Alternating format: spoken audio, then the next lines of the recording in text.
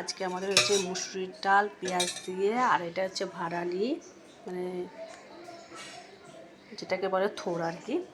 আমরা বাঙাল তো ভাড়ালি বলি। আর একটু উচ্ছে ভাজা, আর এটা হচ্ছে আলু পটলের তরকারি, আর ডালের সাথে একটু ভাজা হচ্ছে। সকালবেলাটা আজকে বাড়ি ছিলাম না, কারণ ছোটো ছেলের পরীক্ষা ছিল, স্কুলে গিয়েছিলাম। তো শাশুড়ি মা রান্না করেছেন মানে ডাল, আলু পটলের তরকারি, আর হচ্ছে উচ্ছে ভাজা, ভাড়ালি, আরও কিছু তরকারি আছে, মানে কালকে ওলের তরকারি, প্রচুর তরকারি হয়ে গেছে, মানুষজনের তুলনায় অনেকটাই তরকারি আছে। তো আর একটা ভাজা হচ্ছে, দেখাচ্ছি কি ভাজা হচ্ছে। আর এইখানে হচ্ছে শাপলা ফুলের বড়া, এটা গরম ভাতের সাথে বেশ ভালোই লাগে, আমার তো ভীষণ ভালো লাগে শাপলা ফুলের বড়া আর ডাল।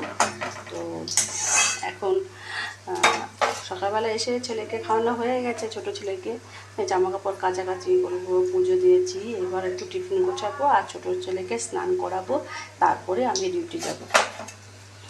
তো এই সময়টা একটু তাড়া লাগে আর কি, যেহেতু ছেলেকে স্নান করাতে যাই, বাচ্চাকে জলছে স্নান করাতে একটু সময় লেগে যায়। কিন্তু আমার ছোটো ছেলে ভীষণ দুষ্টু আর কি, জল পেলে একদম পুরো ছটফট করতে থাকে। বড়া ভাজা হয়ে গেছে, আর আমি একটু, এটা আমার ছোটো ছেলে অর্ধেক খেয়েছে আর অর্ধেক আমার জন্য রেখে দিয়েছে। মায়েদের তো একটুখানি হলেও ছেলেদেরকে একটু প্রসাদ খেতেই হবে, একটু করে রেখে যাবে। তো এটা আমি কাঁচা লঙ্কাটা ডলে নিচ্ছি, আর একটু ভাজা কুড়মুড়ে ভাজা নিয়ে নিয়েছি, আর গরম ভাত দিয়ে এটা খেতে দারুণ লাগবে। ভাঙছি যেন মুড়মুড় হয়ে যাচ্ছে।